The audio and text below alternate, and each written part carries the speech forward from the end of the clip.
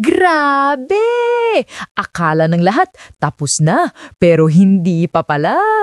Down 2 sets na, pero ayun, Zeus Coffee Thunderbells biglang nagising, nagliyab, at bumangon mula sa hukay para makumpleto ang isang epic reverse sweep laban sa Akari Chargers. Kung akala mo chill lang tong team na to, mali ka. Dahil ngayon, Zeus Coffee Underbells undefeated pa rin sa PVL Reinforced Conference.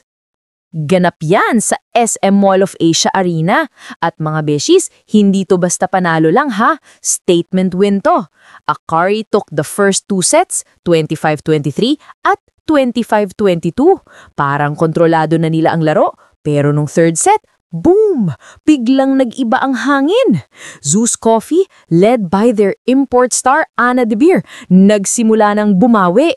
At mula doon, di na sila lumingon pa.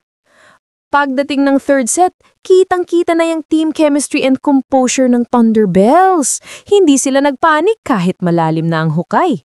Unti-unti nilang binasag ang depensa ng Akari at nang pumutok ang offense nila, parang bagyong dumaan sa court. Fourth set, 25-12. Grabe, halos hindi makahinga ang Akari. At sa fifth set, pinakita ng Zeus Coffee kung bakit sila yung team to beat ngayon. Unstoppable at full of confidence. Final score, 23-25, 22-25, 25-23, 25-12, 15-7. Reverse sweep, be!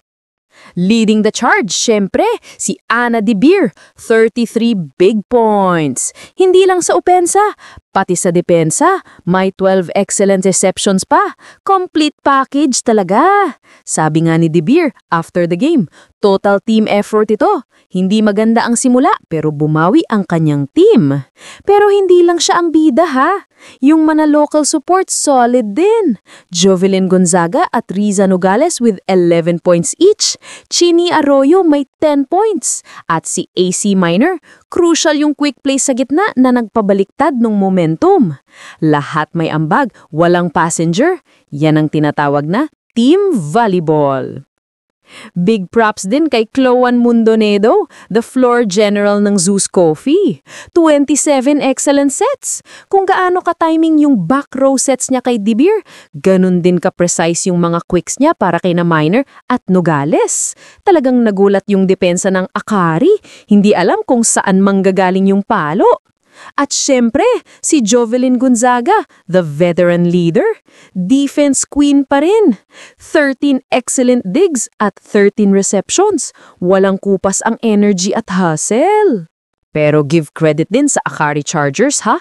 Annie Mechem dropped 27 points at Eliza with 15. Maganda simula nila, pero kinapos sa consistency, lalo na nung nag-collapse sila sa unforced errors. Imagine, 32 errors compared to only 13 ng Zeus Coffee. Yan ang difference maker sa dulo.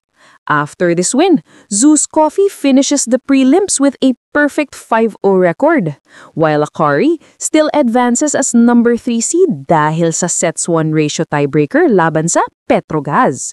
Pero mga ka-Diyos, isa lang ang malinaw. Zeus Coffee is the real deal. From dark horses to frontrunners, they're not just winning, they're dominating with heart, composure, and that unshakable belief na kahit gaano kataas ang bundok, kaya nilang akyatin. So, ready na ba kayo sa susunod na round? Cause if Zeus Coffee keeps brewing this kind of performance, ababa, championship aroma na yan mga ka-Diyos! Kung gusto mo pa ng mga ganitong PVL game recaps at sports kwentuhan, don't forget to like, share, and subscribe. Comment down below. Tingin mo ba kaya pang isustain ng Zeus Coffee ang kanilang perfect run? Ako, isang latte bet dyan. Zeus Coffee all the way. This has been your volleyball breakdown. Kita-kits ulit sa next game, mga ka-Diyos!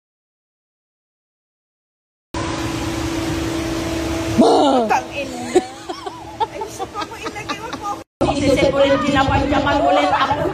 Lagi mo yung iluhan ng bebe. Ayun, isa pa.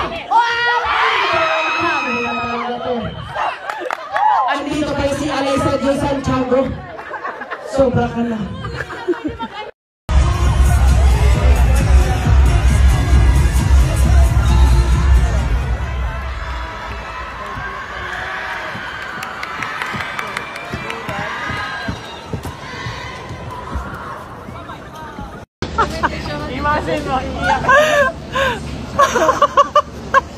Napanda na ako, parang babago niya.